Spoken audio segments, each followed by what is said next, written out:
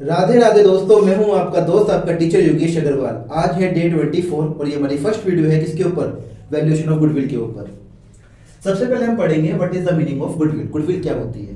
तो गुडविल क्या होती है? एक इंटेंजिबल एसेट होती है जो कि हेल्प करती है एक एंटरप्राइज की, एक बिजनेस की, किसमें? To earn higher profit than normal. जैसे फॉर एग्जांपल हल्दीराम, आज के टाइम पे हल्दीराम का नाम है या नहीं है? तो हल्दीराम की जो गुडविल है वो उसको हेल्प करती है हायर प्रॉफिट कमाने में रेदर देन नॉर्मल। अब वो कौन कौन से फैक्टर्स हैं जिनकी वजह से किसी फर्म की गुडविल की वैल्यू क्या होती है? अफेक्ट। पहला क्या है? Efficient management. अगर बिजनेस का मैनेजमेंट क्या होगा? एफिशिएंट, मतलब एक्सपीरियंस होगा, कैपेबल होगा, कॉम्पिटेंट होगा, उसकी वजह से फर्म की सेल्स क्या होगी? इंक्रीज। प्रॉफिट क्या होगा? इंक्रीज। तो ये क्या है? One of the factor to increase the value of goodwill. Second क्या है? Favourable location. अगर बिजनेस की जो लोकेशन है वो एक सही प्लेस पे है जहां पे कस्टमर इजीली आ सकते हैं, तो उससे क्या होगी? उस फर्म की सेल्स प्रॉफिट बढ़ेगा और ये भी क्या है? One of the factor to increase the value of goodwill. Next क्या है? Favourable contract. अगर बिजनेस के पास सेल परचेज के जो कॉन्ट्रैक्ट्स हैं वो क्या है? उसके फेवर में, जिसकी वजह से सेल्स क्या हो रही है? इंक्रीज। प्रॉफिट क्या हो रहा है? इंक्रीज। तो ये भी क्या है? One of the factor to affect the value of goodwill.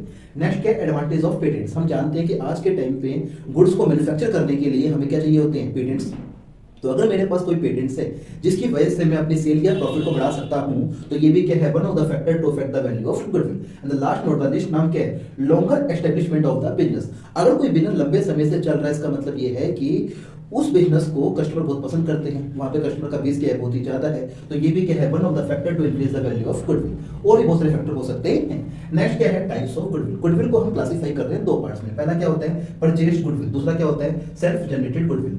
अगर बात करते हैं परचेज गुडविल की, तो ये वो गुडविल होती है जिसके लिए फर्म ने कुछ ना कुछ कंसिडरेशन इन मनी क्या करा हो? पेड, या तो कैश में या काइंड की फॉर्म में। और जो क्या होती है? सेल्फ जनरेटेड गुडविल, यानी खुद के फर्म की गुडविल। तो जाहिर सी बात है कि इसके लिए हमने कोई भी कंसिडरेशन पे नहीं किया होगा।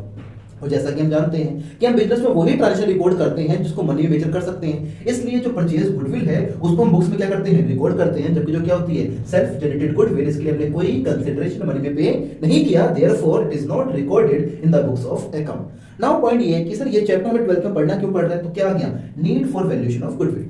तो गुडविल को वैल्यू क्यों करते हैं? जब क्या होती है? पीएसआर में चेंज होता है पार्टनर्स की। दूसरा, जब कोई नया पार्टनर फर्म में क्या होता है? एडमिट होता है। जब कोई पार्टनर फर्म से क्या होता है? रिटायर, या क्या होती है? किसी पार्टनर की डेथ होती है, या जब हम फर्म क्या करते हैं? सोल्ड, या और भी बहुत सारे रीजन हो सकते हैं। हमारे सिलेबस में क्या है? फर्स्ट 3।